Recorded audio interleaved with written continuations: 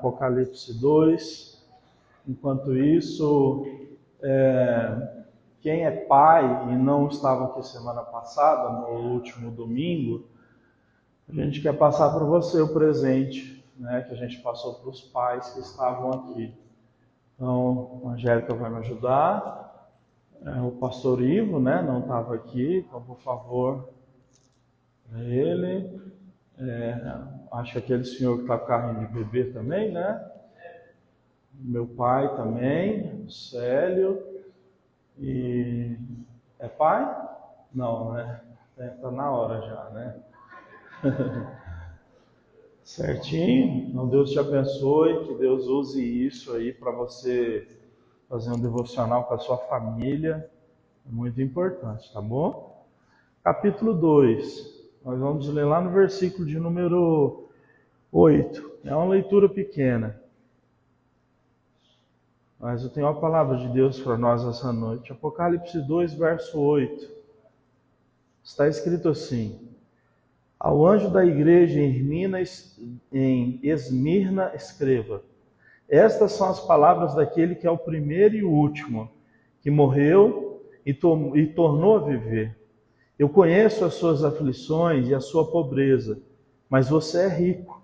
Conheço a blasfêmia daqueles que se dizem judeus, mas não são, sendo antes sinagoga de Satanás.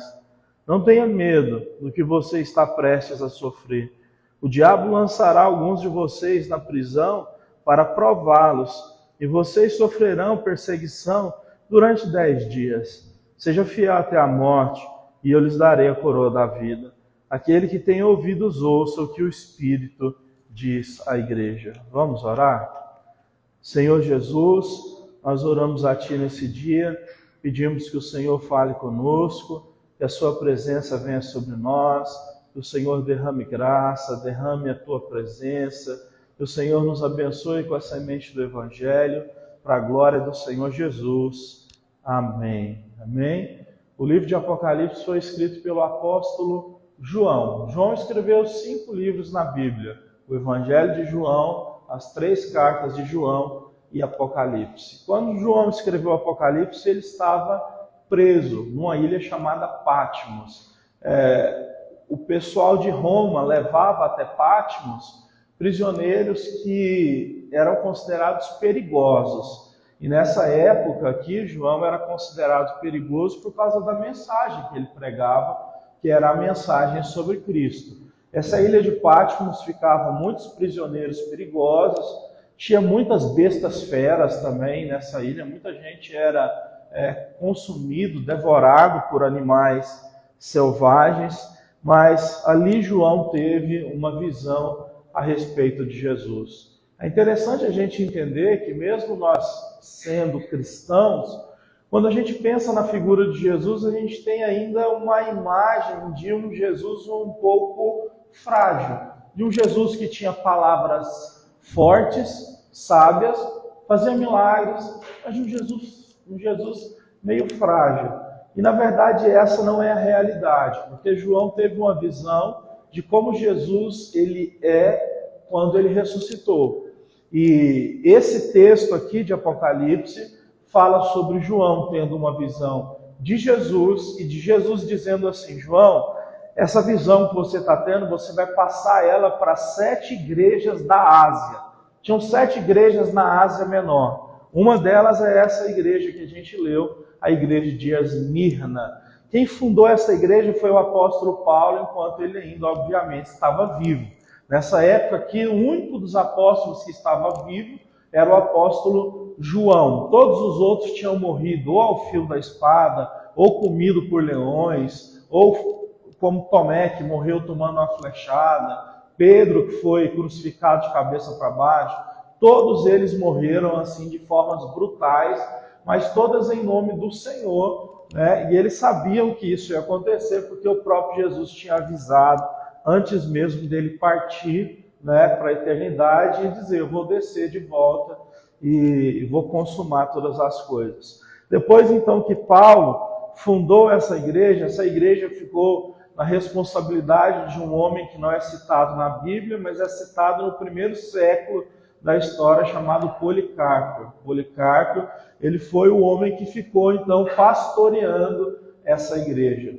Você sabe que a igreja de Esmirna, são 7 igrejas aqui em Apocalipse capítulo 2 e 3. A igreja de Esmirna, com mais uma igreja que é a de Filadélfia, foram as únicas 2 igrejas que Jesus não repreendeu. Ele não disse, olha, vocês estão fazendo bem aqui, mas aqui está errado. Aqui ele vai dizer que eles estão caminhando conforme a vontade de Deus. Por isso o texto vai dizer então que Jesus se apresenta a eles como o primeiro e o último. Aquele então que começa e termina. Jesus está querendo repassar força para essas pessoas da igreja de Esmirna. Por quê? Porque a igreja de Esmirna, os cristãos ali, eles estavam sujeitos a muita perseguição. A cidade de Esmirna era uma cidade muito rica, mas os cristãos eram muito pobres por causa da perseguição religiosa. Porque nessa época, César tinha que ser adorado. As pessoas só podiam dobrar o joelho diante de César e do Império Romano. Então, como eles não faziam isso, eles eram muito perseguidos, né? Muitos chegaram a morrer. O texto mesmo diz que eles passavam por uma perseguição de 10 dias, né? Na verdade, não é 10 dias literalmente falando, mas é uma perseguição que tem começo e que tem fim. Então, aqui, né, João, o apóstolo João, ele está dizendo que o Senhor Jesus é aquele que permite, certo, as provações a princípio, mas ele também sabe a hora de fazer com que essas perseguições acabem. Então aqui eu já tenho uma primeira palavra prática para a minha vida e para a sua vida. Todo tipo de dificuldade que a gente passa, em primeira instância foi Jesus que permitiu. E sempre que essa dificuldade for acabar, em toda instância, a última palavra é de Jesus. Jesus é aquele que começa e termina, ele é o alfa e o ômega, é aquele que permite dificuldades para transformar o nosso coração. O propósito de Deus é nos transformar para que a cada dia mais nós possamos nos parecer com Jesus, na forma de sentir, na forma de agir, na forma de viver. Isso é muito importante. A igreja de Esmirna foi encorajada pelo Senhor Jesus para que eles pudessem entender que essas aflições, elas passariam. Tem 4 coisas aqui, então, na igreja de Esmirna, que nós vamos entender que é fundamental para que a gente leve para a nossa vida, para a nossa história, porque foi Jesus quem colocou essa mensagem. O verso de número 9 diz assim: eu conheço as suas aflições e a sua pobreza, mas você é rico. A gente sabe, o padrão de Deus sobre riqueza não é o mesmo padrão que o nosso. Jesus diz, os primeiros serão os últimos serão os primeiros. Então, eles não eram ricos materialmente, até por causa da perseguição. Mas Jesus dizia a eles, vocês são ricos porque vocês permanecem fiéis na hora que o quê? Tudo diz para vocês serem fiéis. Serem fiéis vai levar vocês a terem uma vida mais tranquila, ter a oportunidade até de ter um trabalho mais tranquilo, sustentar a família sem perseguição, mas Jesus está dizendo, vocês não se dobraram então a esse tipo de conduta, vocês são ricos. A gente precisa entender isso. Muitas vezes a gente vive situações de perseguição, não porque nós estamos errados, mas justamente porque nós escolhemos andar contra a maré.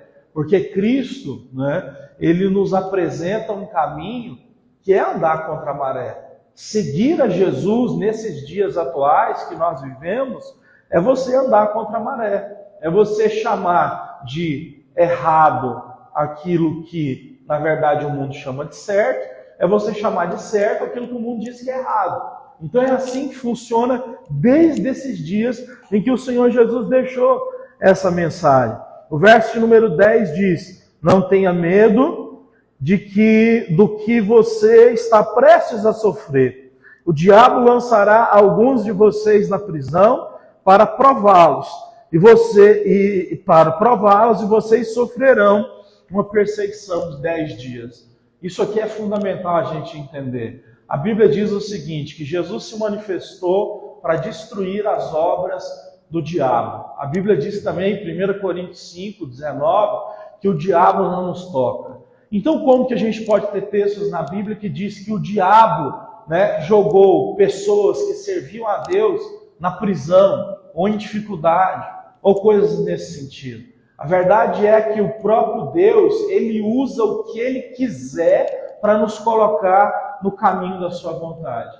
Então você vai encontrar na Bíblia vários relatos históricos do próprio Deus usando o diabo. Porque o diabo, ele não é um ser que foi simplesmente criador e Deus é criador também. Não, o diabo é uma criatura de Deus.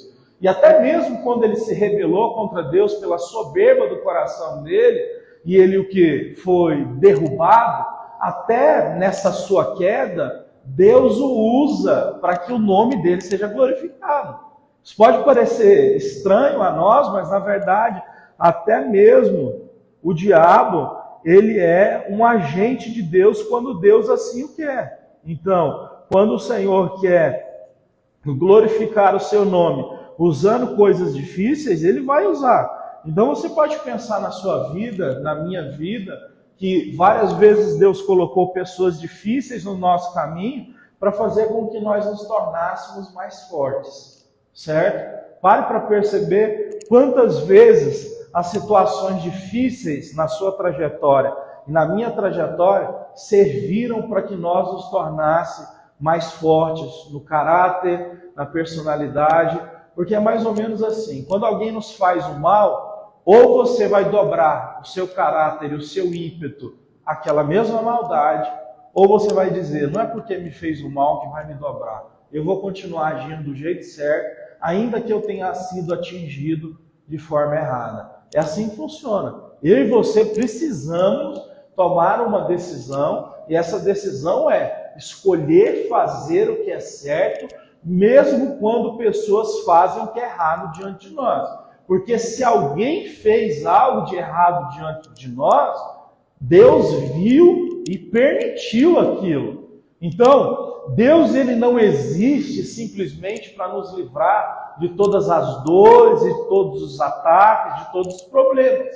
Jesus diz que no mundo nós teremos aflições. Ele disse também que debaixo do céu, o sol nasce para o ímpio e para o justo. O sol, né, no significado ali das adversidades, nasce sobre a cabeça do ímpio e nasce sobre a cabeça do justo. Então, o que nós temos que entender nesse dia de hoje é que o próprio Deus permite provações e até mesmo permite que o diabo se aproxime de nós para que o nosso caráter fique mais refinado. Você lembra de Jó, não é? Deus disse para o diabo, vai até Jó, toca na saúde dele, toca nos filhos, toca nos bens materiais e vamos ver então se ele vai blasfemar o meu nome. Então o próprio Deus, ele permite tais coisas. Não porque o diabo conseguiu passar na frente de Deus e está nos atingindo, mas o próprio Deus, ele tem o diabo como sua marionete, certo? E o diabo como marionete de Deus, ele faz aquilo que o próprio Deus o deu permissão para fazer. Ele só pode ir até onde Deus o manda. E é o que acontece aqui na igreja de Esmirna, e é o que acontece em toda a história das Escrituras. O verso de número 11 diz assim, verso número 10, o diabo lançará alguns de vocês para prová-los, e vocês sofrerão perseguição durante 10 dias. Seja fiel até a morte, eu lhes darei a coroa da vida. É o que eu estou dizendo aqui. Nós somos chamados para continuar agindo da forma correta, mesmo quando nós formos atacados de forma baixa, quando tentarem nos atacar de uma forma pelas costas, todas essas coisas ruins, nós somos chamados a continuar fazendo o que é certo. O verso 11 diz assim, aquele que tem ouvidos ouça o que o Espírito diz às igrejas, ao vencedor, de modo algum sofrerá a segunda morte. Quando o Senhor fala sobre o vencedor não sofrer a segunda morte, aqui nessa época, na Ásia Menor, eles participavam de muitos esportes. E nesses esportes tinham os ganhadores e os perdedores. Então, já havia, certo, esportes que eram praticados, e esses homens que participavam de esportes, eles recebiam coisas. Por exemplo, alguém que ganhasse recebia, por exemplo, isenção de impostos, outro recebia casa. Desde essa época que já tinha esse contexto de pessoas que participavam de esportes, representando a sua região, e se eles ganhassem, então, o prêmio máximo, ficar em primeiro lugar, eles ganhavam coisas. Isso aqui é muito importante. Pois bem, mas como uma igreja que é fiel e passa por tantas provações, consegue ficar de pé? Aqui é que está o ponto. Primeira coisa, a ressurreição de Jesus, ela nos dá esperança. Se você estiver no capítulo 1, você vai ver quando João viu ao Senhor Jesus. E eu quero te mostrar como Jesus é hoje, porque é uma coisa que pouca gente sabe.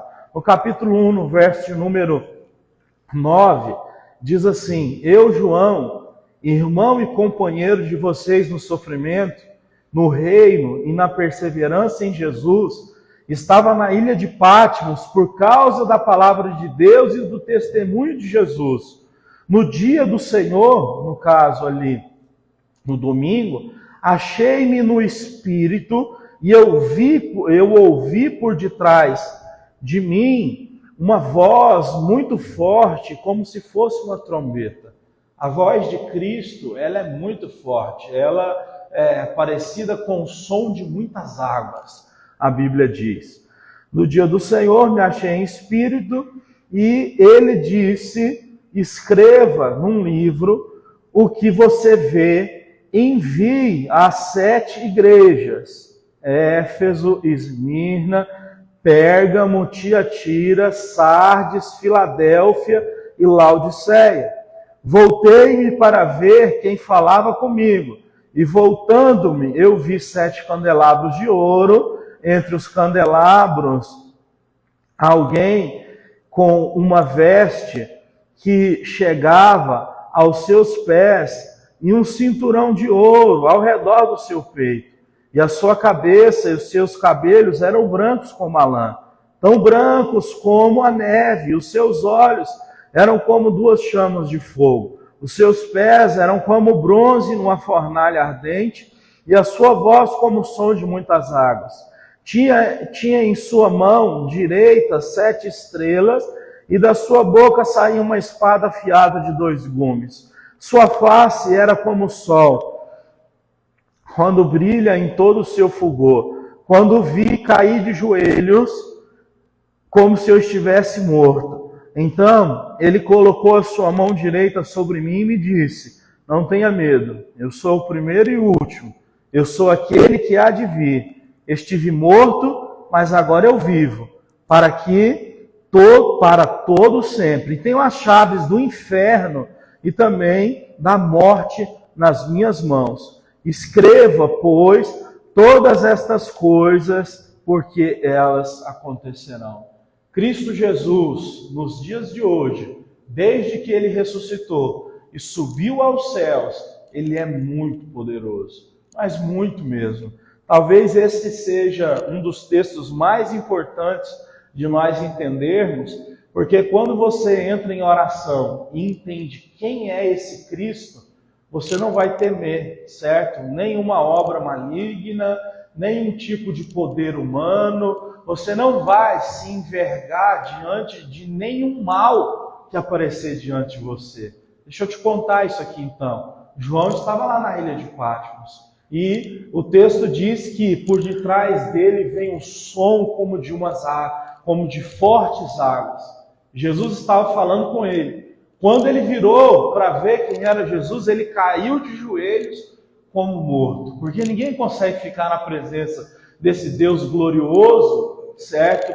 Sem cair como morto. Nós não temos condições físicas, espirituais e emocionais de entrarmos na presença desse Deus glorioso que morreu na cruz e que ressuscitou. E ele diz: quando eu olhei para ele, ele tinha como se fosse uma espada de dois gumes saindo da sua boca.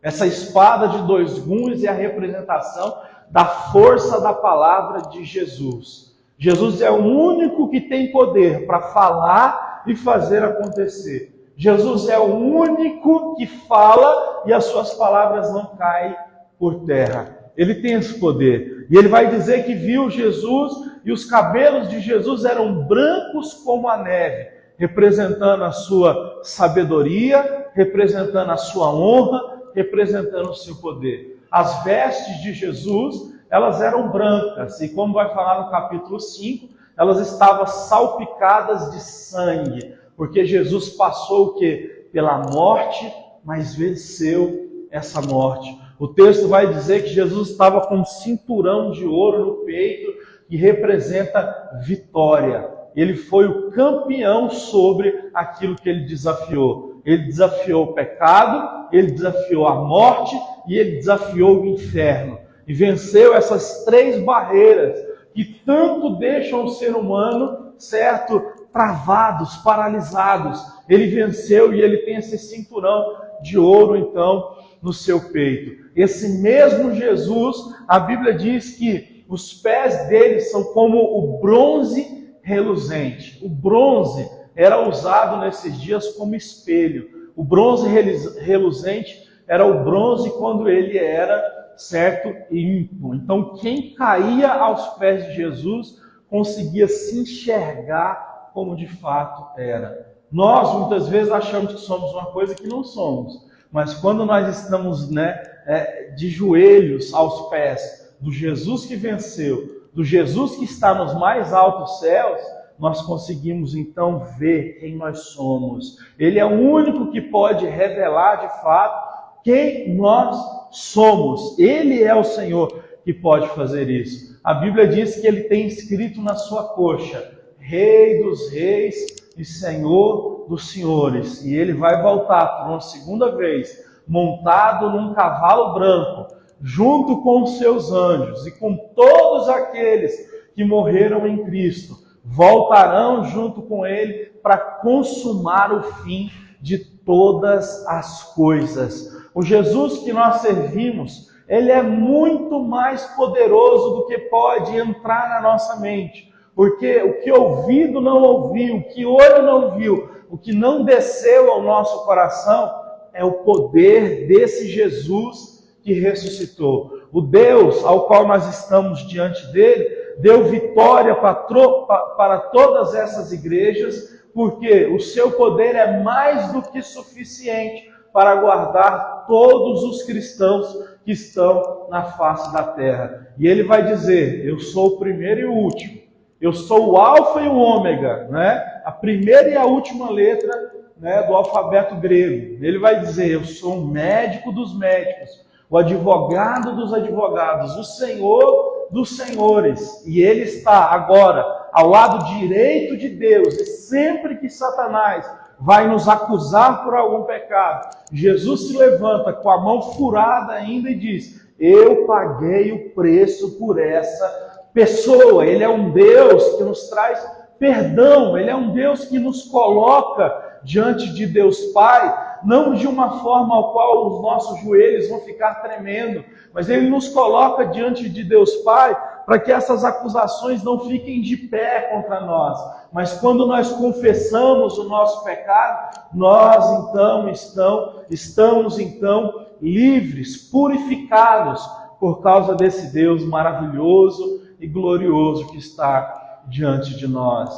Tenha ciência de uma coisa: nós temos ao nosso lado, certo, a maior coisa que existe em todo o universo. Nunca se viu e nunca se ouvirá falar num ser que seja tão poderoso como nós.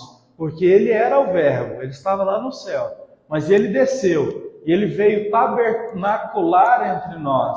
Jesus veio em forma humana, ele despiu-se de si mesmo, veio na terra, e mesmo quando ele veio em forma humana, a palavra de Deus disse que ele não pecou, e ele pregou a palavra, e ele curou os enfermos, ele expulsou os demônios, mas depois ele morreu na mão dos pecadores, Quando ele morre, ele ressuscita ao terceiro dia, fica 40 dias na terra, e depois ele vai e sobe aos céus e diz: qualquer dia eu estou voltando por aí, eu vou buscar vocês, porque eu estou indo para a casa de meu pai e eu vou preparar todas as moradas que vocês precisam, porque um dia todos nós vamos estar reunidos para sempre ali. E ele diz: nós vamos participar das bodas do Cordeiro. Haverá um grande banquete, onde todos aqueles que creem em Cristo Jesus participarão desse banquete, diante de Cristo, diante de Deus Pai, e ali nós seremos felizes. E ali no céu a Bíblia diz que já não há mais choro, já não há mais pecado, já não há mais roubo, já não há mais mentira, já não há mais adultérios. Todas estas coisas que sangram o coração humano, elas não vão mais persistir, porque nós estaremos num local que foi purificado por aquele que veio na terra e venceu o pecado, venceu a morte e venceu o diabo. Eu e você podemos ficar tranquilos. Então você imagina João na ilha de Patmos, ele já era um senhor de idade, e Jesus fala com ele e revela essas coisas a esse homem. Isso dá força para ele. João chegou a sair da ilha de Patmos, tanto que essa mensagem foi levada para essas igrejas. João morreu pouco depois. João chegou a ter um fato na vida dele, que queriam matar ele logo, pegaram e jogaram ele dentro de um caldeirão fervente, segundo Flávio José, e ele não se queimou. Tiraram esse homem de lá e mandaram ele embora. E esse João aqui, ele deixa escrito então para nós, que nós não precisamos ter medo, porque o nosso Deus, ele é forte o suficiente para nos guardar. Ele não só é forte o suficiente para vencer as batalhas dele, né? Ele não pecou, ele subiu aos céus. Ele é forte o suficiente para vencer as minhas batalhas e as suas batalhas também. Então, é o que está escrito: aquele que tem ouvidos para ouvir, ouça o que o Espírito Santo diz à igreja. Essa é a mensagem que a igreja precisa ouvir. A mensagem de Jesus, que é forte, em que quando você estiver atordoado, preocupado, ansioso, cheio de desgastes na sua alma, você pode dobrar o seu joelho, abrir o capítulo 1 de Apocalipse e dizer: Jesus, da tua boca sai uma espada de 2 gumes, e eu tenho certeza que essa palavra, ela vai destruir todo o mal. Eu sei, Senhor Jesus, que diante de Ti, dobrados os meus joelhos, eu estou diante daquele que é santo, que é vitorioso, com um cinturão de ouro no peito. Esse Jesus não perde para ninguém. Esse Jesus não tem perigo de acontecer alguma coisa lá no céu e ele perder a sua vitória. Não há possibilidade. Ele venceu. Ele é o Rei dos Reis. Ele é o vencedor dos vencedores. Ele é aquele que a gente precisa. Se você consegue guardar essa palavra no seu coração, eu queria te convidar para você ficar de pé e nós orarmos a esse Jesus, que é o vencedor, que é o Rei, que é o Senhor Todo-Poderoso. Senhor nosso Deus, nós oramos a Ti nesse dia de hoje, com o coração alegre, porque estamos diante daquele que vive. Aquele que vive não pode morrer. Aquele que vive consegue vencer todas as batalhas, porque já venceu elas de antemão. Esse Jesus Todo-Poderoso é o que nós precisamos quando nós vamos orar. Às vezes a nossa visão de Jesus, quando a gente vai orar, é de uma cruz em que tem um homem pregado, sofrendo, com o pescoço de lado, todo sangrando. Esse Jesus passou pela cruz, mas ele já saiu de lá. Ele foi colocado dentro de uma tumba, mas ficou 3 dias só. E depois ele ressuscitou. E esse Jesus que ressuscitou, ele subiu aos céus. E ele diz que vai haver a segunda vinda. E hoje nós estamos protegidos pela sua força, pelo seu poder, pela sua vitória, por tudo aquilo que ele é, por tudo aquilo que ele tem dentro de si. Oh Deus, bendito seja o seu nome. Nós queremos te dar toda a honra, glória e louvor. Obrigado por termos o médico dos médicos ao nosso lado, o Senhor dos senhores, o advogado dos advogados, aquele que vem montado num cavalo branco, como aquele que vem para vencer todas as hostes espirituais do mal. Ele vem como um guerreiro poderoso, rompendo todas as barreiras e todos os obstáculos. No livro de Apocalipse diz que vai se levantar uma besta do mar, vai se levantar uma besta com 10 chifres, com 10 coroas. O chifre representa poder, as coroas representam, Senhor Deus, majestade. Mas esse Jesus, um só, que vive, ele é capaz de destruir todos com o sopro da sua boca. A sua voz, quando fala conosco, ela de fato traz arrepio a todo o nosso ser, porque a sua palavra é como o som de muitas águas. O Senhor está vivo. Deus, todas as dificuldades que nós estamos vivendo agora, nós colocamos na sua presença e te pedimos, Senhor, nos abençoe, nos ajude. Nós podemos até ser pobres, nós podemos até passarmos por perseguições, mas quem está do nosso lado está vivo, ele não está morto, ele não está, Senhor, distante, o Senhor não está distante, o Senhor não virou as costas para nós, o Senhor continua nos olhando. Muito obrigado pela palavra do Senhor, e assim como a igreja de Esmirna recebeu essa força potente da sua palavra, eu te peço que nessa noite essa igreja receba essa força espiritual, essa fé da parte do Senhor, porque nós cremos em Ti. Nós não conseguimos vencer pela nossa fé. O que vence é Cristo Jesus. E quando a gente coloca a fé em Cristo, aí sim a vitória vem. Aceita o nosso louvor. Esse é o nosso pedido nessa noite. No nome de Jesus. Vamos